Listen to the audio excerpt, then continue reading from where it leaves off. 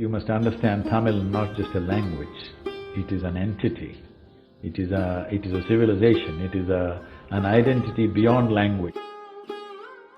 When we say Tamil, we are not talking about a language as people think. When we say Tamil, we are talking about an entire civilization. Is India a Hindi Rashtra? Well, then I don't belong to India, is that what you're saying? Because you spoke of the only twinge of regret among people in Tamil Nadu being that Narendra Modi doesn't speak in Tamil. But No. all of this comes in the middle of a time where there is a renewed debate about whether we have a national language and whether a language is being imposed. See, when we divided the country, or we made the states in 1950, the Republic of India, we went for linguistic states. When we said linguistic states, we made a promise to the people that your language will be preserved and nurtured. Nothing else will be imposed on you. You cannot change that now. If you try to change that now, you will be bringing up a very fundamental debate which is not good for the country. When you said linguistic state, it is a promise that my language will be preserved, isn't it? Now you can't suddenly say because you got numbers, Hindi is the national language. You cannot say that. Well, a lot of people speak Hindi. If I want to transact with those people, I will also learn Hindi. But you cannot say it's national language, then it becomes… other languages will become subservient languages, which means it's only a question of time before they die and disappear. All these languages have enormous history and a huge body of literature, you can't take them off. Kajal, here we are, very close to Chidambaram. It's been a hard day's ride, full day we've been riding since probably 8:39. So the whole group is about to reach Chidambaram in the next few… maybe another 35 minutes, and then on to Pondicherry. We have a satsang in the Chidambaram temple, then on to Pondicherry. You must be following, Kaveri calling is rolling on great. Wonderful response from the people of Tamil Nadu, Karnataka, United Nations, central government, everybody is responding well. So, for all the support that you have been, thank you very much, you and your friends. Hello Sadhguru, Namaskaram. Namaskaram. Did you hear what I said all this time? I'm sorry, my connection is terrible. I'm on the road driving from one place to the other. So it's a network. You telling me about being on the road. I am on the road for last 12 days. How is your road journey going? I really wish I could join you. Yeah, I'm here in one lousy little chowdhury room, and I see you have all these colorful love signs floating all around you. What's happening, huh? All the hearts for you, Sadhguru, for the amazing initiative that you started for all of us. You're leading the way for all of us. Thank you for all the support that you have been. And when did you guys all become… when did all you guys become queens, huh? When did you all become queens, huh? It's all about what you think. You gotta be a queen in your head. Okay. So Sadhguru, how is the initiative going? Please tell me more about it. It's really going fantastic. The people in Tamil Nadu, Karnataka responded wonderfully well. Right now we're in Tamil Nadu, every village the crowd's gathering. And the state governments have responded very well, both the state governments and the central government also. And United Nations, all the organizations are supporting us at different levels. So you couldn't ask for anything better. The farmers are super enthusiastic. I just met all the farm leaders, the leaders of farm groups in Tamil Nadu just now, 1 hour ago. They are all very enthusiastic. So we are on the way to 242 crores. How is that? Wow, amazing! Touch wood. This is fabulous. So, guys, for Hey, what is it? What happened? And wait, you said touch wood and touched your head. What happened? You are a wood head or what? What happened? When did this happen? Just a gesture, Sadhguru. No, there's a lot of brain in here. So, guys, whoever is listening, tuned into our conversation, please go donate immediately towards Kaveri Calling. It's a very pressing issue and need of the hour. You should have come and had at least an hour's ride with me on the motorcycle. I really want to. You owe me a ride. You must come. I owe you a ride, definitely, for those 1 lakh trees. I owe you a ride. Right now, I'll go sit on the motorcycle. You can see the motorcycle at least, even if you don't ride. Done. Perfect. Wait, So where's my Sadhguru, helmet? major FOMO. Hashtag FOMO. What is that FOMO? Fear of missing out. The amazing group journey and the amazing bike ride.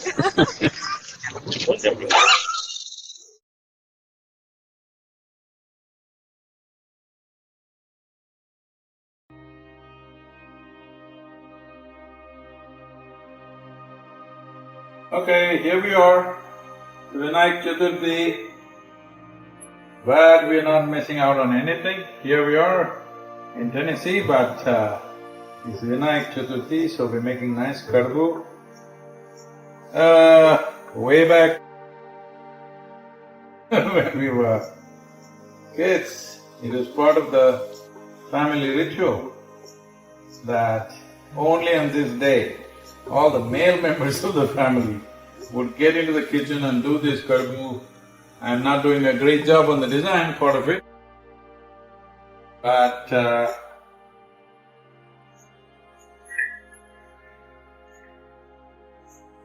so with this rice flour, Father would make a nice mouse to be Ganapati's way. Well, don't ask me how anybody can ride a mouse, but he did. All that matters is karbu tastes good. That's all that matters. In the form of a mouse, we just ate it up because it tasted so good. We will make both sweet ones. This is a sweet one. We will also make a very spicy one. Well, spice is absent here. Not bad at all by design. They are loaded now with wheat and it needs to be steamed after this.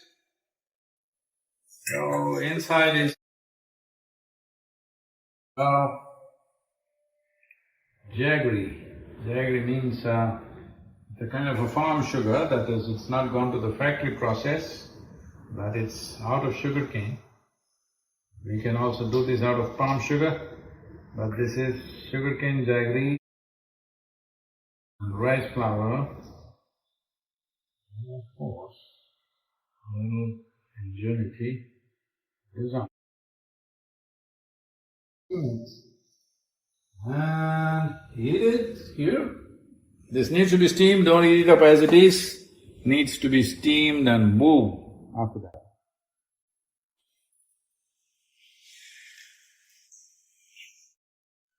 Vinayak Chaturthi means it's a Ganesha festival. What is the significance of Ganesha? He's supposed to remove all obstacles. This doesn't mean that he's going to come and remove all your obstacles. Ganesha has a big head, am I right? They removed his small head and put a big head on him. So, he's supposed to be super intelligent and also super balanced. If you maintain a sharp sense of intelligence, your intellect, you keep it sharp, work on that. And also, stay very stable. If you're balanced and you have a sharp intelligence, all obstacles will go naturally in life. So that is what Ganesha represents. Today is dedicated to him.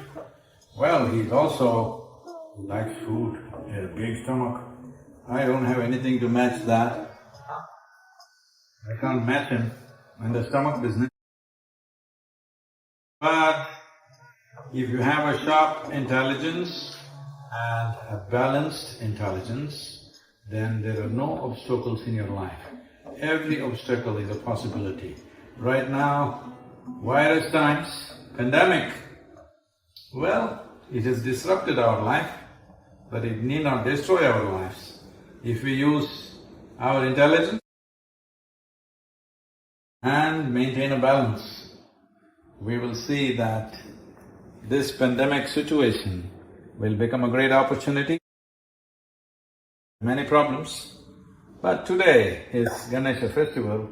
Let's see this nice sweet called kadubu in Karnataka, kudumu in Telugu and in Andhra Pradesh, and modakam in Tamil.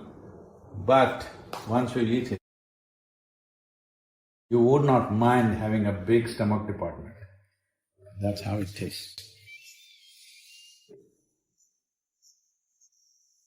With the same rice flour,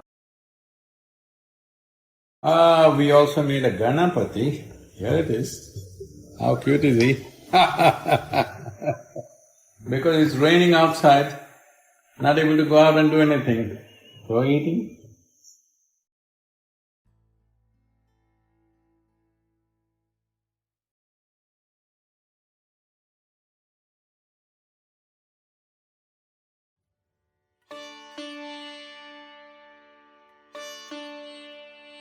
Religion is supposed to be the means of peace, attaining peace. But in practicality, in reality today, every religion has got a base of fundamentalism and involved in terrorism. Can he not make an attempt to create a new world order where there is no religion at all? Of what you unfortunately know as religion in the world today is just somebody's belief systems. Somebody believes God is round, somebody believes God is square, somebody else believes he's a triangle. That's the situation, isn't it? And you must understand this. Once you start believing in something which is not yet a reality for you, you are bound to be in conflict with somebody else because somebody else is bound to believe something else. No, I believe in my God, but I am not a violent person, I will not fight with anybody. All this is just make-up. If they provoke you sufficiently, you will fight. Like, for example, let's say you believe God has 4 hands. I believe God has no hands. There are 2 belief systems. Tomorrow, out of your love for God, you put 100 feet tall statue in Coimbatore city, of course with 4 hands. But suddenly I feel so hurt. These 4 hands look so ugly because God actually has no hands, because that's my belief.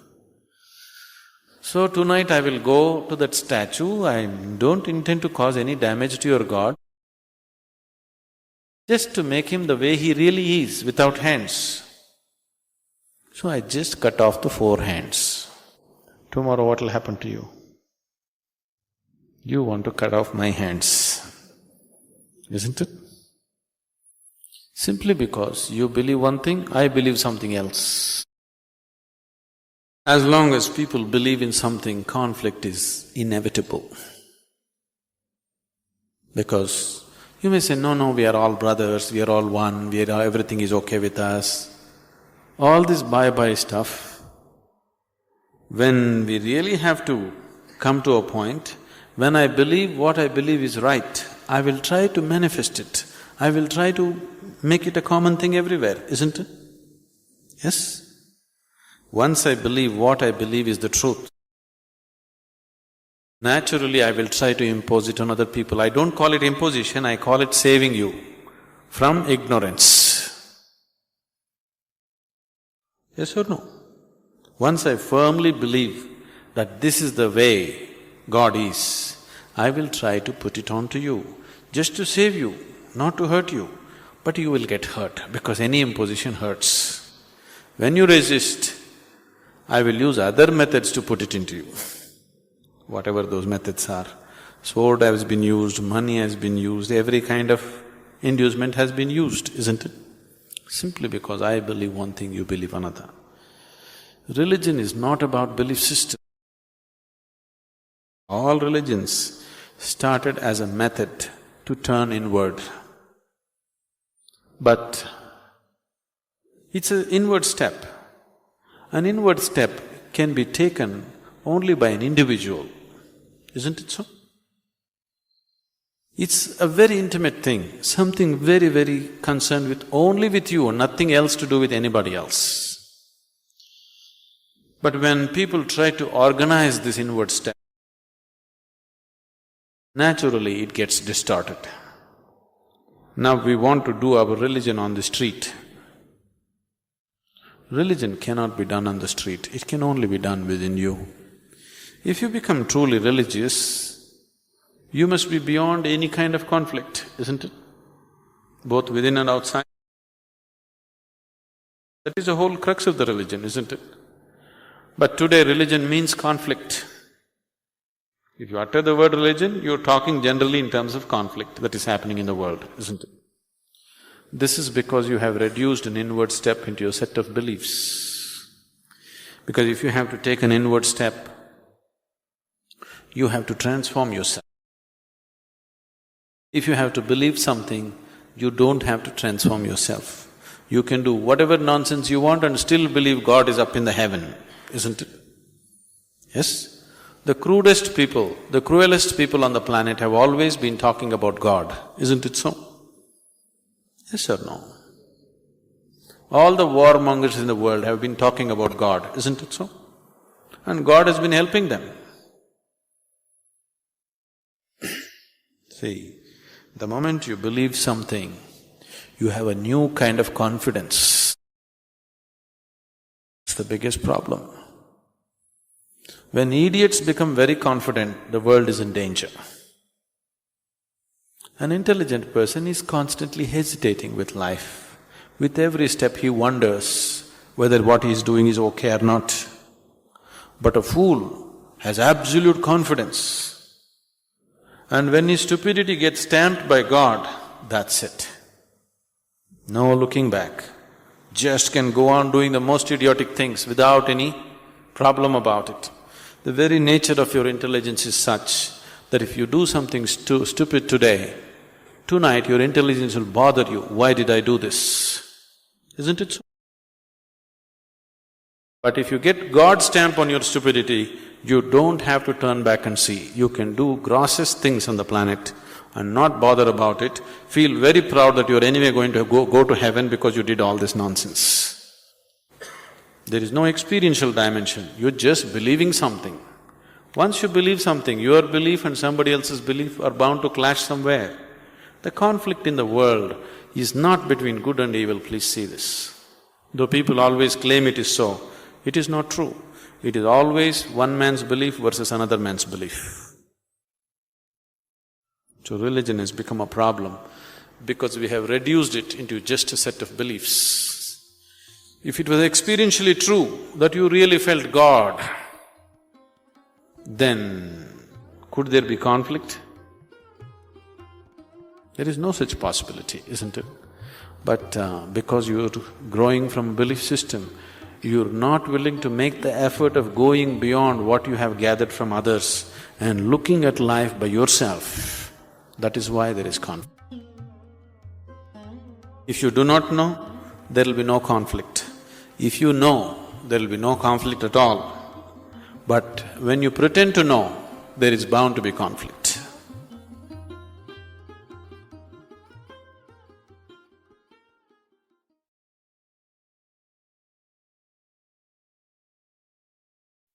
Well, if you made it here, it shows you're ready to change. You're done with running.